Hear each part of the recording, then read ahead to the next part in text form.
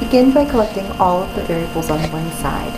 Since 2x is smaller than 4x, it's preferable to move the 2x to the 4x. In that case, it requires us to subtract 2x from each side. Negative 2 is equal to 2x. Divide each side by 2, and negative 1 is equal to x. Begin by subtracting 5 from each side.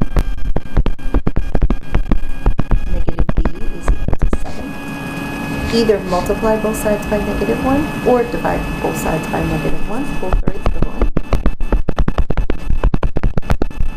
B is equal to negative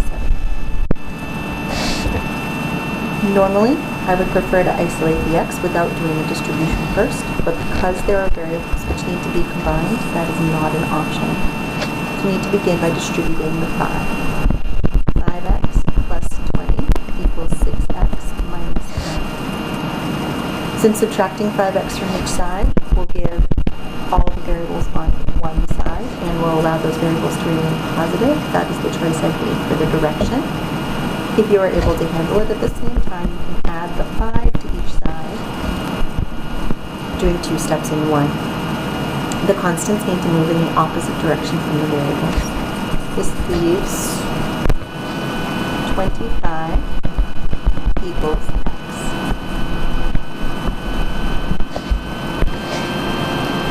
Begin by subtracting 3 from each side. Negative 5z is equal to 15. Divide both sides by negative 5. Z is equal to negative 3.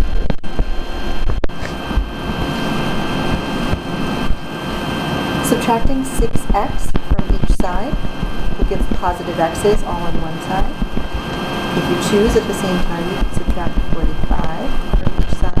Move the constants in the opposite direction from the variables. Negative 30 is equal to 2x. Dividing both sides by 2, we can say that negative 15 is equal to x. Begin by clearing the fraction. Multiplying both sides by 3 leaves negative 8 plus a is equal to 18. Adding 8 to both sides, a is equal to 26.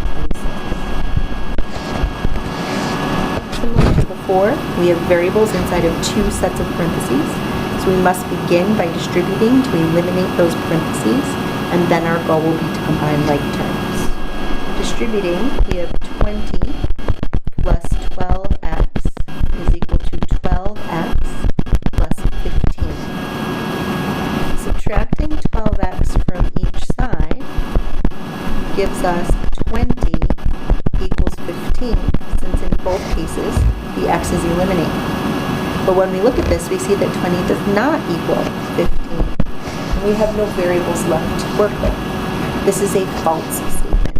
Anytime we have a false statement, there is no solution to the equation.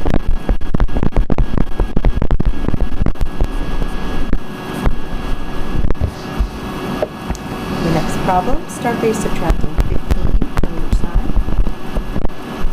A divided by 5 is equal to 15. Clearing the fraction, we'll multiply both sides by 5.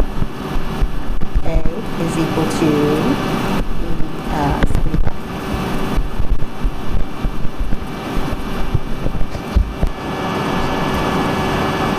Distributing the negative 2 into the parentheses so that all n's will be outside of parentheses and able to be combined.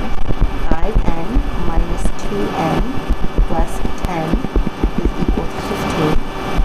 So 3n plus 10 is equal to 15. Subtracting 10 from each side, 3n is equal to 5. Dividing each side by 3, n is equal to 5/3.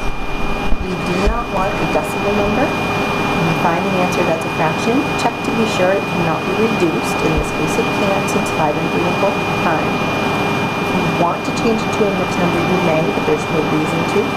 Leaving it as a reduced improper fraction is the preferred method. Finally, we have the word problem, and as we've done with all other word problems, we're going to start by defining a variable, writing an equation, and solving it algebraically. That is always the expectation in algebra class. Lori pays someone $35 to clear her driveway when it snows. She wants to buy a snowblower for $689 so that she can clear her own driveway. If there is an average of 5 snowfalls each season, how many seasons will it take her to break even? You need to understand the term break even. We break even when the costs are equal. So in one case, the cost is hiring someone to clear the driveway, and in this case, the cost is buying a snowblower. We need to consider what are each of those costs and then look to see when those two costs are equal. So the simplest one is to look at buying the snowblower. Buy a snowblower for $689. We simply pay $689 and that's the end of it. Paying someone to clear the snow from the driveway is going to depend on how many years have gone on, like how many seasons, and the number of snowfalls in the season. So the question is, how many seasons? So we want to say let x equal the number of seasons. Well, where Lori lives, there's an average of 5 snowfalls per season. So 5 times x is the number of times you'll need to hire someone. But that's the number of times, not the cost. Remember, $35 per time.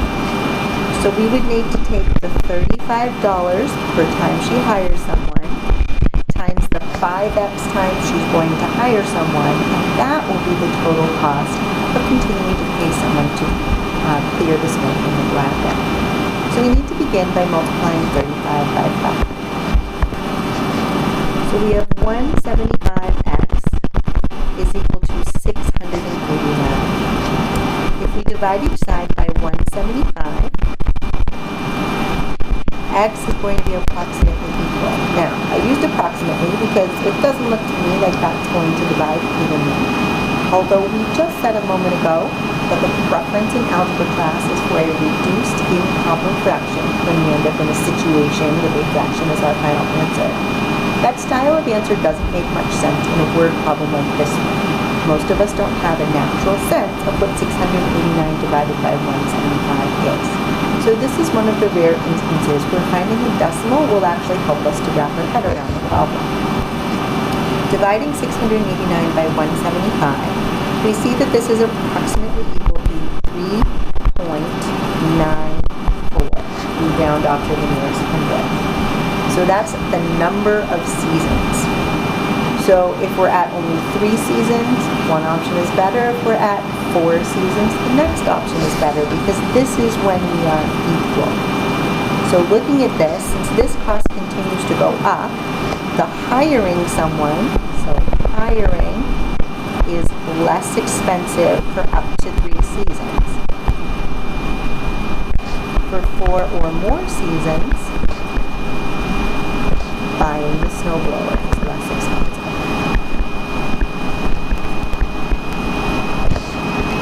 But the question didn't actually ask us to consider that.